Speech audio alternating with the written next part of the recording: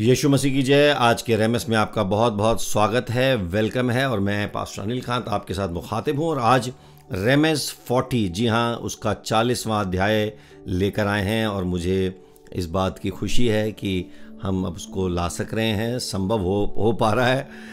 बहुत समय बीच में गुजर गया, आप लोग इंतज़ार भी कर रहे थे, कोविड भी आ गया और उसके पहले भी बहुत सारी चीज़ें हुई।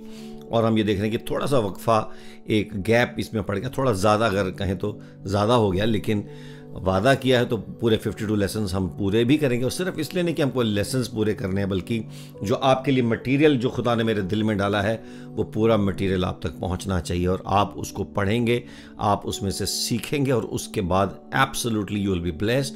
और उसके बाद जो उसका आगे का जो प्रोसीजर है वो भी हम पूरा करेंगे। और आपके लिए खुदा की जो बरकत है वो पूरी पहुंचनी चाहिए, ये हमारा वादा है। और हम जहाँ तक मुमकिन है उसको पूरा करेंगे। और इसके आगे भी हम जो हैं सीरीज़ को जो है इंक्रीज़ करेंगे और दूसरे भी हम कुछ सब्जेक्ट्स लेके आएंगे इसके अंदर। बहरहाल आज हम खुदा के कलाम से सीखने जा रहे हैं, परमेश्वर के वचन से हम सीखने जा रहे हैं। और हम ये देखते हैं कि परमेश्वर ने जो हमें ज़िंदगी दी है वो सिर्फ इसलिए नहीं है कि हम उसको अपने लिए जिएं, या सिर्फ अपने ही खाने पीने के लिए जिएं, या अपनी ही आशीषों के लिए, अपनी ही बरकतों के लिए और अपने ही जीवन के आसपास हम जो हैं उसको सीमित रखें। बल्कि परमेश्वर ने जो हमें ज़िंदगी दी है वो एक विटनेस की लाइफ है, वो एक गवाही की लाइफ है। वो हमें यीशु मसीह का पैगाम दुनिया तक पहुंचाने की ज़िंदगी प्रभु ने हमें दी है, और खुशखबरी का प्रचार करना, ताकि जो आनंद, जो छुटकारा, जो मुक्ति, जो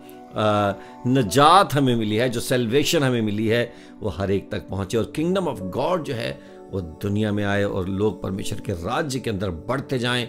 मैं किसी धर्म या मज़हब की बात नहीं कर रहा हूँ, मैं परमेश्वर के राज्य की बात कर रहा हूँ। परमेश्वर का राज्य बढ़ाना ये एक बहुत अच्छा काम है। और इसमें जो एक बहुत ही इम्पॉर्टेंट चीज़ है वो है गवाही देना।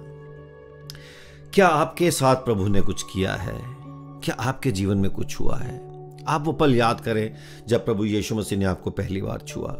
या हो सकता है वो अभी अभी हुआ हो, या कुछ समय पहले हुआ हो, या काफ़ी समय हो गया। और आप ये रेमेस लेसन जब सीख रहे हैं तो आप अपने आप को उस जर्नी के अंदर ज़रा वापस लेके जाएं और आप देखें कि खुदा ने आपके साथ क्या क्या किया है। परमेश्वर ने आपके जीवन में कितने बड़े बड़े काम किए हैं और कितनी सारी बरकतें और मौज़े खुदा ने आपकी लाइफ में किए हैं, और वो कर रहा है और हर रोज़ वो करता है।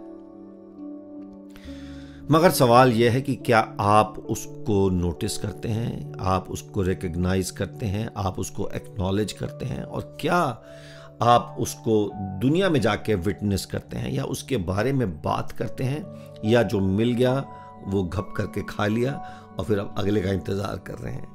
ऐसी ज़िंदगी तो परमेश्वर नहीं चाहता कि हमें मिले, बल्कि परमेश्वर चाहता है कि हमारी ज़िंदगी एक गवाही वाली ज़िंदगी हो। जी हाँ, गवाही जाके लोगों को बताना कि यीशु मसीह ने मेरी ज़िंदगी में क्या किया है और वो आपके साथ भी क्या कर सकता है, वो आपके जीवन में क्या कर सकता है, क्या आप दुनिया को जाके बताते हैं। बाइबल में एक अंधा आदमी था, एक ब्लाइंड मैन, उसने यीशु की उस सामर्थ के बारे में लोगों को बताया। उसने कहा कि प्रभु यीशु मसीह ने मुझे आंखें दी हैं, प्रभु यीशु मसीह ने मेरे अंधेपन को दूर कर दिया है। यूहन्ना की 9:25 में लिखा है, मैं नहीं जानता कि वो पापी है या नहीं, बल्कि एक बात मैं जानता हूं कि मैं अंधा था और अब मैं देखता हूं।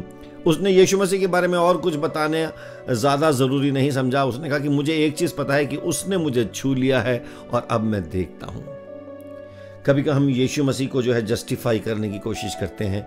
यीशु मसीह के बारे में बताते बताते हम आर्ग्यूमेंट्स में पड़ जाते हैं, हम बहुत सारी डिस्कशंस में पड़ जाते हैं। लेकिन इस अंधे आदमी ने कहा कि मैं नहीं जानता कि उसने वो कैसा है, आप उसके बारे में जो भी ओपिनियन रखते हैं, लेकिन मैं तो सिर्फ एक बात जानता हूं कि उसकी वजह से मेरी आंखें खुल गई हैं। यीशु मसीह की वजह से मेरी आंखें खुल गई हैं। जी हाँ, one thing I know that whereas I was blind now I see। Yes, मैं पहले अंधा था लेकिन आज मैं देखता हूँ। और शायद यही तो हम सबकी गवाही है, यही गवाही आपकी है और यही गवाही मेरी है कि मैं भी पहले अंधा था और अब मैं देखता हूँ और मेरी आंखें खुल गई हैं। मुझे ज़िंदगी के बारे में पता चल गया है। मैं पहले केवल जी रहा था लेकिन अब मुझे ज़िंदगी मिल गई है। गवाही है, ये मेरी गवाही है आपकी क्या गवाही है? आप कैसे प्रभु में आए? आप किस तरह से प्रभु में आए? और जब यीशु मसीह में हम आते हैं तो सबसे पहले हमारी आंखें खुलती हैं, और बाइबल बताती है कि उसके बाद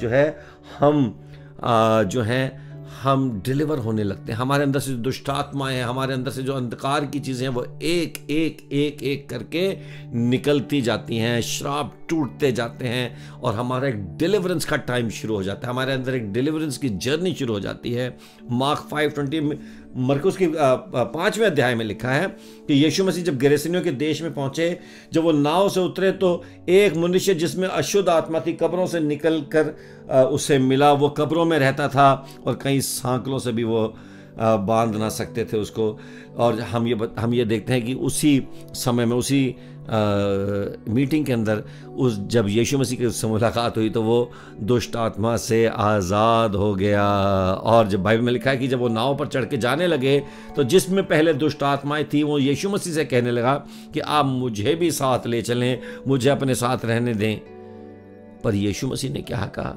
यीशु मसीह ने उसको आज्ञा नहीं दी और कहा कि अपने घर जाकर अपने लोगों को बताओ कि तुम पर दया करके प्रभु ने कैसे बड़े काम किए हैं। ये कहा यीशु मसीह ने कि मेरे साथ आके तुम क्या करोगे, लेकिन जाओ और लोगों को बताओ कि तुम्हारे साथ क्या बड़े काम हुए, कैसे तुमने छुटकारा पा लिया है, कैसे तुम श्रापों से आज़ाद हो गए हो, कैसे तुम्हारे अंदर से प्रभु ने हर अंधकार की शक्ति को निकाल दिया है। तुम कब्रों में एक ऐसी ज़िंदगी जी रहे थे, एक शर्मिंदगी की ज़िंदगी जी रहे थे, लेकिन शर्मिंदगी से ज़िंदगी का सफ़र प्रभु यीशु मसीह ने हमारे लिए भी किया है। और हम ये देखते हैं मरकुस की किताब उसके 5वें अध्याय में कि किस तरह से खुदावंद यीशु मसीह ने उस लड़के से कहा, उस आदमी से कहा कि जाओ खुशखबरी दो, बांटो खुशखबरी बांटो, लोगों को बताओ कि कौन है यीशु मसीह, कितना अच्छा है यीशु मसीह। क्या आज आपने किसी को बताया कि यीशु मसीह कैसा है? क्या आप लोगों को जाके कह रहे हैं कि यीशु मसीह कैसा है?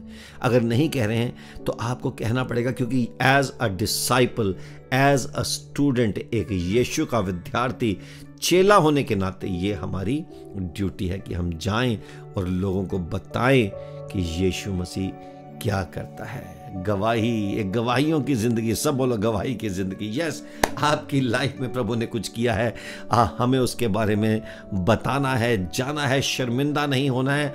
छत के ऊपर चढ़ कर, छज्जों पे चढ़ के, और कहते हैं ना कि हमारे इंडिया में जगह जगह पे पानी की टंकियां जैसे होती हैं, एक मैं मेटाफर दे रहा हूँ, उनके ऊपर भी खड़े होके, जैसे बड़े बड़े मीनारों से खड़े होके हमें कहना है कि यीशु मसीह चंगा करता है, यीशु मसीह छुटकारा देता है। मेरी ज़िंदगी में यीशु ने ये किया है, मेरे जीवन में प्रभु यीशु मसीह ने ये किया है। और ये गवाही की ज़िंदगी जो है हमको सबको बतानी है, और ये गवाही की ज़िंदगी हमको जीनी है।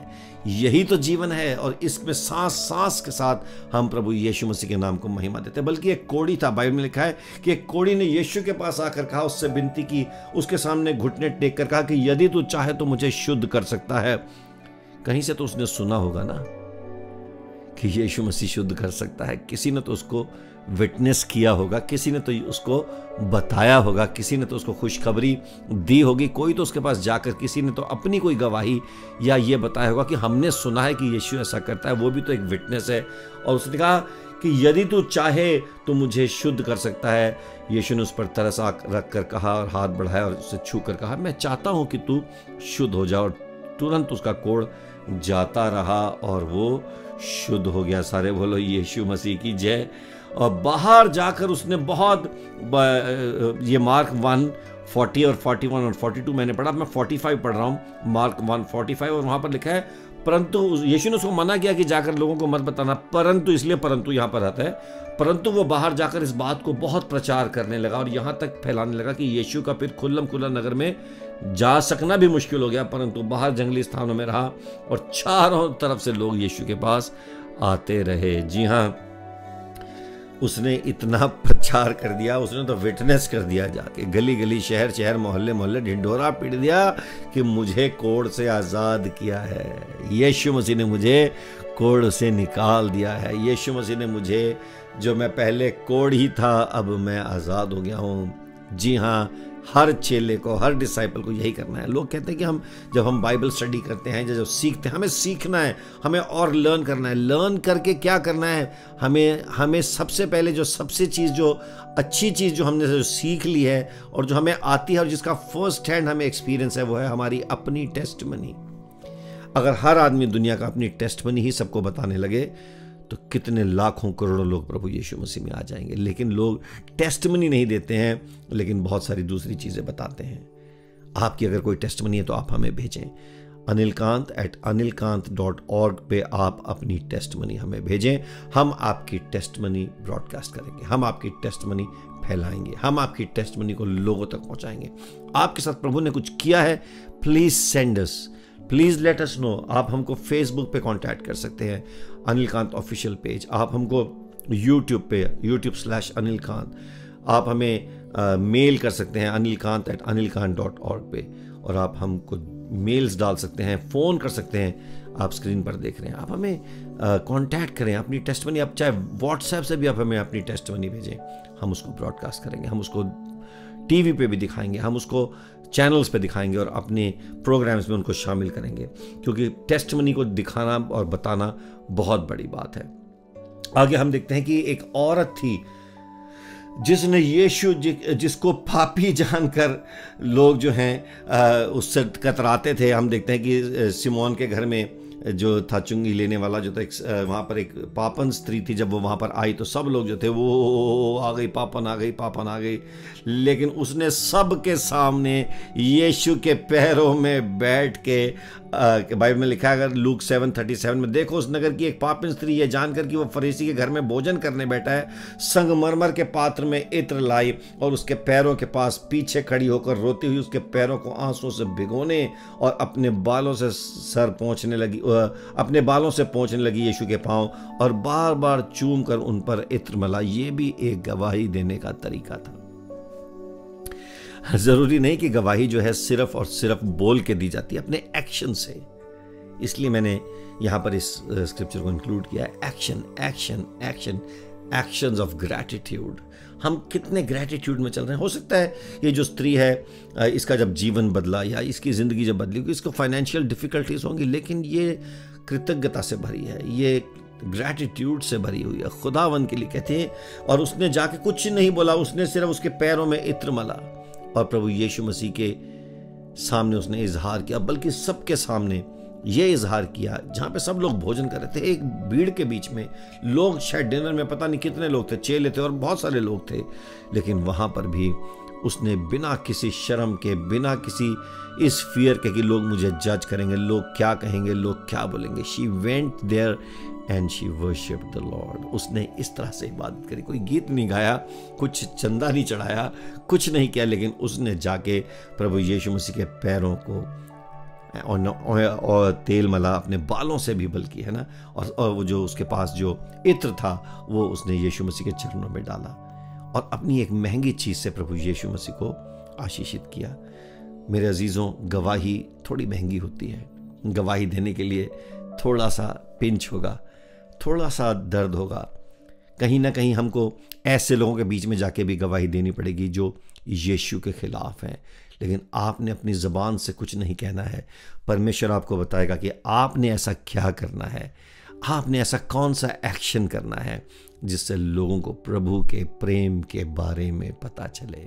वाह, वो वुमन जिसने विटनेस किया और कि मैं यीशु के प्यार से सेटिस्फाई हो गया हूँ, कि मैं प्रभु के प्रेम से मुझे तसल्ली मिल गई है, मुझे प्रभु के प्रेम से आनंद मिल गया है। हालेलुया, बोलो यीशु मसीह की जय। और एक क्रुकेड वुमन थी, एक ऐसी स्त्री जो कुबड़ी थी। बाइबल में लिखा कि देखो एक स्त्री, लूक 13:11 से मैं पढ़ता हूँ, लूका का 13 और 11 से, कि देखो एक स्त्री जिसे 18 वर्ष से दुर्बल करने वाली ऐसी दुष्ट आत्मा लगी थी कि वो कुबड़ी हो गई थी और किसी भी रीति से सीधी नहीं हो पा रही थी। यीशु ने उसे देखकर बुलाया, कहा, हे नारी, तो अपनी दुर्बलता से छूट गई है। तब उसने उस पर हाथ रखे और वो तुरंत सीधी हो गई और परमेश्वर की बढ़ाई करने लगी। जी हाँ, बढ़ाई करने लगी, तारीफ करने लगी, तारीफ करने लगी, तारीफ करने लगी। वाह, क्या हम प्रभु की तारीफ करते हैं या हम निरंतर जो है शिकायतें करते रहते हैं, यार नहीं यार लाइफ का मज़ा नहीं आ रहा, मज़ा नहीं है जीवन में, बहुत दुखी हैं, पता खाना खा रहे हैं अच्छा, सब कुछ मिला हुआ है। हाँ छोटी मोटी तकलीफ़ें बड़ी भी समझे है ना, सबके जीवन में तकलीफ़ें हैं, लेकिन तारीफ़ प्रभु की क्यों नहीं करते हम लोग? क्यों नहीं कहते कि जो प्रभु ने दिया है, जो किया है, जो हमने उससे लिया है, जो हमने पाया है, जो अनंत काल का जीवन हमने पाया, और जो गवाहियाँ हमको जो मिली हैं, जो हमारा छुटकारा हुआ है, जो हमें अनंत काल का जीवन मिला है। हम कुबड़े थे, अब हम सीधे हो गए हैं। दुनिया में लोग टेढ़े हैं, अभी हम उनका क्या करें? आप तो सीधे हो गए हैं, हम तो सीधे हो गए। अगर हम सीधे हो गए हैं तो क्यों ना जाके सबको बताएं कि यीशु ने मेरी दुर्बलताओं को दूर करके मुझे सीधा कर दिया है, मेरी ज़िंदगी को सीधा कर दिया है। और अब ये देखते हैं कि जब हम उसकी बढ़ाई करते हैं तो हमारे अंदर भी एक ताकत और एक सामर्थ आती है। बोलो यीशु मसीह की जय। एक और जो है हम देखते हैं कफरनहूम के अंदर, जब यीशु मसीह फाटक के पास पहुंचा, लूक 7:12 से 7:15 तक पढ़ता हूं मैं, लूका 7:12 से 7:15 तक। जब वो नगर के फाटक के पास पहुंचा तो देखो एक मुर्दे को बाहर लिए जा रहे थे, जो अपनी माँ का इकलौता पुत्र था और वो विधवा थी, और नगर के बहुत से लोग उसके साथ थे। उसे देखकर प्रभु को तरस आया और उससे कहा मत रो। तब उसने पास जाकर अर्थी को छुआ और उठाने वाले बाहर ठहर गए। तब उसने जवान से कहा मैं तुझसे कहता हूं उठ, और वो मुर्दा उठ बैठा और उसने उसकी माँ को उसे सौंप दिया। जी हाँ मेरे अजीजों, वो कहते हैं कि वो उठ बैठा मुर्दा और बोलने लगा। जी हाँ, क्या करने लगा? बोलने लगा। आप और हम मुर्दे थे, अब हम बोल सकते हैं, हम बोल रहे हैं। We can speak now. और हम क्या बोलेंगे? जैसे अगर हम मुर्दा जिंदगी से जिंदा हुए, अगर कोई मुर्दा उठ के खड़ा हो जाए तो वो क्या बोलेगा? वो प्रभु का धन्यवाद करेगा। उठ के सबसे पहले ये तो नहीं बोलेगा ना कि मुझे कुछ गलत चीज़ की इच्छा है, या कुछ ऐसा करना है, या वो करना है, या ये मेरी डिज़ायर है। आदमी अगर मुर्दों से ज़िंदा होता है तो उसका सबसे पहला रिस्पॉन्स होता है शुक्रगुजारी, थैंकफुलनेस। हमारा रिस्पॉन्स क्या है? हम क्या करते हैं? मेरे अजीज़ों, वो वचन है, वो देहधारी होकर हमारे बीच में उसने डेरा किया है, और अनुग्रह सच्चाई से परिपूर्ण होकर हमारे बीच में वो रहता है। और हमने उसकी ऐसी महिमा देखी जैसे इकलौते की महिमा। मेरे अजीज़ों, पिता के इकलौते की महिमा हम देख रहे हैं, और क्या हम उस महिमा का बखान नहीं करेंगे? क्या हम लोगों को नहीं बताएंगे कि वो कौन है, कैसे काम करता है, कैसा काम मसीह कर दिया, मुझको गुनाह से बरी कर दिया? तो आए हम छोटी सी प्रार्थना करते हैं, और आज आप एक निर्णय लें। सब जितने प्रभु के, हम सब कहते हैं हम डिसाइपल्स हैं, पर हम डिसाइपल्स तभी होंगे जब हम अपने मास्टर को, अपने पिता के, अपने खुदावंद के नाम की, अपने परमेश्वर के नाम की महिमा सब तरफ जाके करेंगे। तो हमारी ज़बानों से उसकी जब तारीफ निकलेगी तो वाकई में उसके बेटे और बेटियां कहलाएंगे, और उसकी तारीफ करने वाले जो हैं वो उससे बहुत आशीष पाते हैं, क्योंकि वो अपनी तारीफ़ों में बसता है, वो अपनी प्रेजेस के अंदर ड्वेल करता है। तो आए हम छोटी सी प्रार्थना करते हैं। आसमानी बाप, हम धन्यवाद करते हैं, और जितने लोग हैं परमेश्वर, आपके बेटे और बेटियां इस वक्त प्यारे परमेश्वर ये सुन रहे हैं, ये वचन उनके कानों में जा रहा है, ये व्यर्थ ना जाए। और हे परमेश्वर, आपका एक एक स्टूडेंट, आपका एक एक बेटा और बेटी, आपका एक एक चेला और डिसाइपल्स, हे परमेश्वर, आपके लोग, आपके बेटे और बेटियां, आपकी संतानें और आपकी कौम और आपके लोग और आपके प्यारे परमेश्वर, ये घराने यीशु के नाम से मैं डिक्लेयर करता हूँ कि बरकत पाएं, और आप इनकी ज़बानों को खोल दे मेरे होठों को, कि गीत मैं तेरे गाऊंगा, कुर्बानी टूटे दिल की मैं तेरे आगे लाऊंगा। आए खुदावन, आप सबके होठों को खोल दें कि उनकी एक जीवन शैली बन जाए, तारीफ करना, प्रेज करना, गुणगान करना, गालो यीशु नाम, और यीशु तेरी जय जयकार। इस तरह की तारीफ़ें और इस तरह के प्यारे परमेश्वर हम ऐलान और डिक्लेरेशंस करते रहें, ताकि दुनिया को पता चले कि ये वो लोग हैं जो इस दौर में भी, मुश्किल दौर में भी अपने परमेश्वर की महिमा करते हैं। ये कैसे लोग हैं? ये कौन ऐसे लोग हैं जो इतना परमेश्वर से प्यार करते हैं कि मुसीबत में भी जब उसको बुलाते हैं तो वो परमेश्वर उनके पास आ जाता है। हे परमेश्वर, आप एक एक को ब्लेस करें, छुएं, आज़ाद करें, नया कर दें, यीशु मसीह के जिंदा और जलाली नाम से। आमेन, आमेन और आमेन। भाई और बहनों, मेरे मित्रों, दोस्तों और रेमेस के स्टूडेंट्स, खुदावंद आपको बहुत बरकत दे। और मुझे उम्मीद है कि 40 से लेके 52 तक के ये जो 12-13 लेसन हो गए, ये बहुत ही स्पेशल हो गए और आप इसके अंदर पूरी तरह से आप ब्लेस हो जाएंगे और आप इससे बरकत पाएंगे। तो मैं आपको इनकरेज करता हूँ कि आप इन लेसन्स को बहुत ध्यान से सीखें और जो पहले के जो 39 लेसन्स हैं उनको भी आप पूरी तरह से डॉक्यूमेंट करें और फिर हम आपके साथ टच में रहेंगे। कुछ और एक ऐसा हम तरीका निकालेंगे, मे बी हम सारे रेमेस के लोगों के साथ एक जूम मीटिंग करेंगे ताकि हम सब मिल के एक डिस्कशन करें और हम सब एक दूसरे को जानें। तो गॉड ब्लेस यू, यीशु मसीह की जय। और अगले रेमेस तक फिर आप इस रेमेस के लेसन के साथ तैयार होंगे तो अगला लेसन भी मैं परमेश्वर के आत्मा से प्रेरित होकर आप तक लेके आऊँगा। और तब तक के लिए वचन पढ़ते रहें, गवाही देते रहें, प्रभु की महिमा करते रहें। यीशु मसीह की जय।